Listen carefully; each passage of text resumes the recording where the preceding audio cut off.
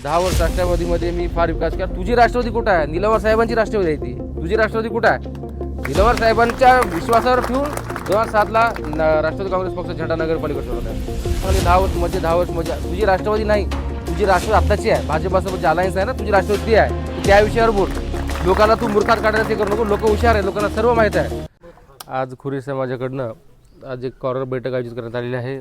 त्या बैठकीसाठी अध्यक्ष म्हणून उपस्थित असलेले या नगरीचे लोकप्रिय माजी नगराध्यक्ष आमचे मार्गदर्शक मोगलेदाना शिरशेटवार, आमचे मार्गदर्शक या भागातील जवळपास 30-35 वर्षापासून प्रतिनिधित्व करत असलेले माजी उपनगराध्यक्ष बालाजाना रोहिलावार, या प्रभाग क्रमांक 9चे राष्ट्रीय काँग्रेस पक्षाचे उमेदवार चैतन्य भाऊ रोहिलावार, संजय दादा जोशी, प्रभाग क्रमांक 5चे उमेदवार कंधारकर मामा, 8चे उमेदवार मंडलेवार साहेब हाफिज खान पठाण, 7चे यादवदादा संगम बैलके, इलियास भाई, उपस्थित सर्व, आता सर्वांचं नाव घेणं काही शक्य नाही, सन्मान्य व्यासपीठ, उपस्थित सर्व खोरी समाजातील ज्येष्ठ आणि युवक मित्रांनो. आत्ताच पटेलांनी आणि इलियास भाईंनी सांगितलं की स्वातंत्र्य काळापासून ज्यावेळेस नगरपालिका स्थापना झाली तेव्हापासून आपला समाज या देगलूर शहरामध्ये व्यवसाय करणं म्हणजे सहभाग आहे. प्रत्येक विकासामध्ये असेल, कोणत्या सामाजिक कार्यामध्ये आपला समाज सहभाग आहे. जास्त प्रमाणात असेल थोडं तुमचं कमी प्रमाणात असेल, परंतु तुमच्या 45 ते 50 हजार लोकसंख्या मतदान असलेल्या या शहरामध्ये आपल्या समाजाला एक फार मोठं संधी, प्रतिनिधित्व मिळवण्याचं काम राष्ट्रीय काँग्रेस पक्षाकडनं देण्यात आलेलं आहे. बालाजाना रोहिलावार, मोगलाजाना शिरशेटवार व सर्व आमच्या काँग्रेस पक्षाकडनं एक फार मोठी एक आनंदाची गोष्ट आहे तुमच्या समाजासाठी आणि तितकीच जबाबदारीची गोष्ट आहे. तुमच्या समाजाला प्रतिनिधित्व भेटलं हा फक्त इलियास भाईचा सन्मान नाही की तुमच्या समाजाचा सन्मान आहे, की तुमचे जे प्रश्न आहेत की तुमच्या घरातलाच माणूस तिथे मांडणार आहे. आता तुमचे छोटे मोठे जे प्रश्न असतील आणि बाहेरचा माणूस म्हणण्यापेक्षा समाजाच्या व्यतिरिक्त माणसं तुमचं प्रश्न मांडतात, पण समाजातला माणूस एक तळमळीनं मांडतो. तुम्ही त्याला जे हक्कानं बोलू शकतो ते बाहेर कोणाला जास्त बोलू शकतो, घरातला माणूस आहे. तरी तुम्ही त्या संधीचं तुम्ही सोनं करा.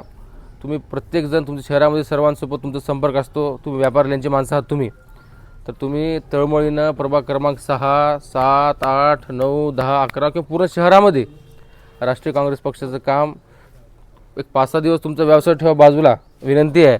परंतु एक सन्मान जो राष्ट्रीय काँग्रेस पक्षाने केलेला आहे त्याचं एक संधीचं सोनं करण्याचं तुम्हाला संधी आज मिळालेलं आहे. नगरपालिका स्थापना झाल्यापासून ही प्रतिनिधित्व तुम्हाला मिळालेलं नाही. यावेळेस 2025मध्ये आपल्याला मिळालं आहे.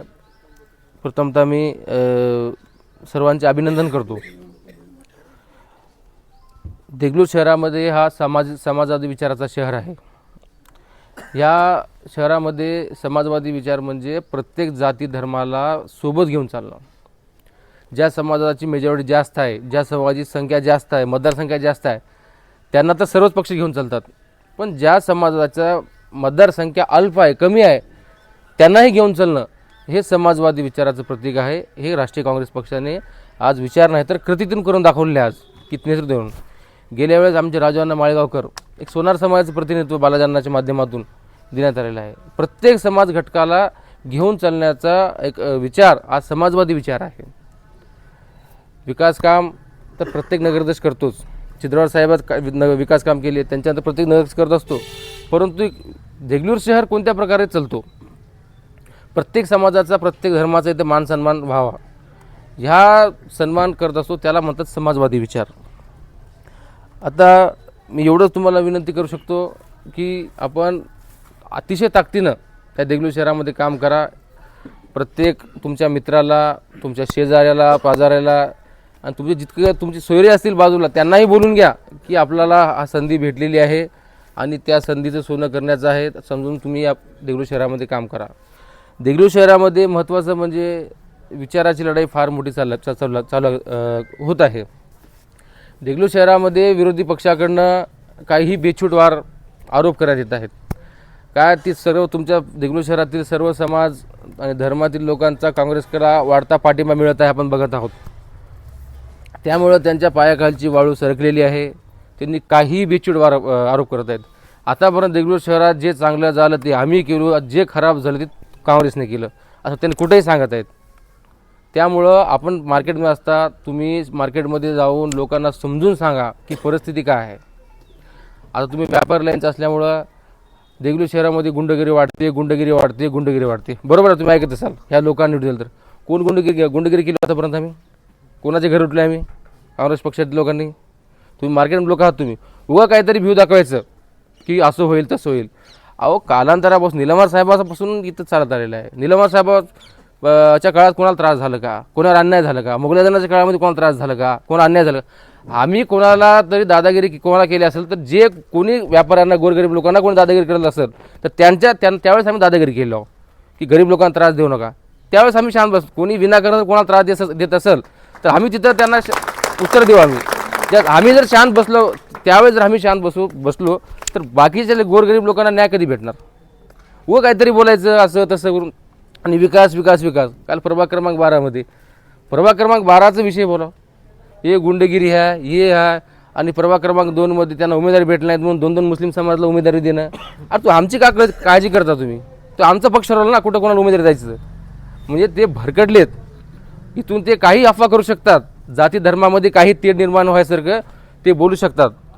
तर कोणत्याही अफवावर विश्वास ठेवू नका. त्यांनी विकासाचा मुद्दा बाजूला फेकून टाकला आहे. त्यांनी आम्ही विकासाच्या मुद्द्यावर राजकारण करतो, विकासाच्या मुद्द्यावर. तुम्ही बघा त्यांचे काही व्हिडिओ आहेत, यूट्यूबवर आहेत. आता भरकटलेत. त्यांनी प्रचार यंत्रणा थांबवून टाकलेत. वार्डात फिरत नाहीत. आमचे 1 मत तर दिसना गेले, 2 मत दिसना गेले, 3 मत नाहीत, 4, 5, 6 मध्ये कुठे दिसना गेलेत. आता त्यांची यंत्रणा फक्त मॅक्झिमम मुस्लिम समाजामध्ये विष पेरण्याचं काम की म्हणजे काहीतरी धर्मात भांडण लावायचं, गैरसोय करायचं, अफवा पसरायचं, हे काम त्यांनी आजपासून चालू केले आहेत, 2 दिवसापासून. तर आपलं काम आहे की हे लोक कोणत्या प्रकारे काम करतात, कोणाला घेऊन चालतात, गोरगरीब लोकांचे कामं कसं करतात हे तुम्ही देखील समजून पटवून सांगायला पाहिजे. त्यामुळे विकासासोबत विकास तर होणारच आहे. अण्णा जवळपास 100-125 कोटीचा विकास शहरात केलेले आहेत. जिवंत उदाहरण आहे. तुमचे सगळे बघितले आहेत. रस्ते, नाल्या, सभागृह, धर्माचं प्रत्येक जातीसाठी जागा दिलेल्या आहेत. 2-4 सभागृहाचे मंडपचे बांधकाम देखील झालेले आहेत. आपल्या काही विद्यार्थ्यांना डॉक्टर बाबासाहेब आंबेडकर नावाने एक अभ्यासिका तयार केले आहेत. त्याच्यामध्ये 3 वर्षामध्ये 46 विद्यार्थी क्लास 1, क्लास 2, क्लास 3 असे लागलेले आहेत. आता आमचे भायगाव रोडला आमचे मित्र आहेत, तुम्हाला माहीत असेल, व्हॉलीबॉल प्लेअर आहेत, आफ्रिद नावाचे. त्याचे वडील ऑटो चालक आहेत. आफ्रिद अभ्यास करून तलाठी म्हणून लागला माळशिरसला. अतिशय गरीब कुटुंबातला, तिथं अभ्यास केला आहे. म्हणजे विकासाचा भान, विकासाचा सर्व आम्हाला आहे. देगलूर शहराचा विकास आता जन्मल्यापासून आता तो असं म्हणतो की माझी नगरची जन्मल्या देगलूर ज्यावेळेस नगरपालिका सुरुवात झाली की तेव्हापासून विकास मीच केलो हे देखील म्हणायला मागे पुढे करणार नाही. आता म्हणते की बाबा 10 वर्ष राष्ट्रवादीमध्ये मी फार विकास केला. तुझी राष्ट्रवादी कुठं आहे? निलंवार साहेबांची राष्ट्रवादी आहे ती. तुझी राष्ट्रवादी कुठं आहे? निलंवार साहेबांच्या विश्वासावर ठेवून 2007ला राष्ट्रवादी काँग्रेस पक्ष झेंडा नगरपालिकेवर चढवला आहे. 2011मध्ये चढवला आहे. मग निलंवार साहेबांच्या पश्चात तू सत्ता आणायला पाहिजेस ना. तुझी सत्ता कुठे गेली? आज म्हणतोस की जे काय चांगले 10 वर्ष मजा. तुझी राष्ट्रवादी नाही, तुझी राष्ट्रवादी आत्ताची आहे. भाजपासोबत जे अलायन्स आहे ना, तुझी राष्ट्रवादी ती आहे. तू त्या विषयावर बोल. लोकांना तू मूर्खात काढायला ते करू नको. लोक हुशार आहे, लोकांना सर्व माहीत आहे. असा विषय आहे. गैरसमज करत चालले आहेत त्यांनी. त्यांचा भान जात आहे त्यांचा. आणि बेछूट पर्सनल त्यांनी आरोप करत आहेत त्यांनी. तर विनंती आहे सर्वांना, तुम्ही लोकात जावा आणि तुम्ही पण त्यांच्याकडे लक्ष देऊ नका. मार्केटमध्ये पण सांगत जा की वस्तुस्थिती काय आहे ते. एवढंच बोलून मी माझे 2 शब्द संपवतो. धन्यवाद.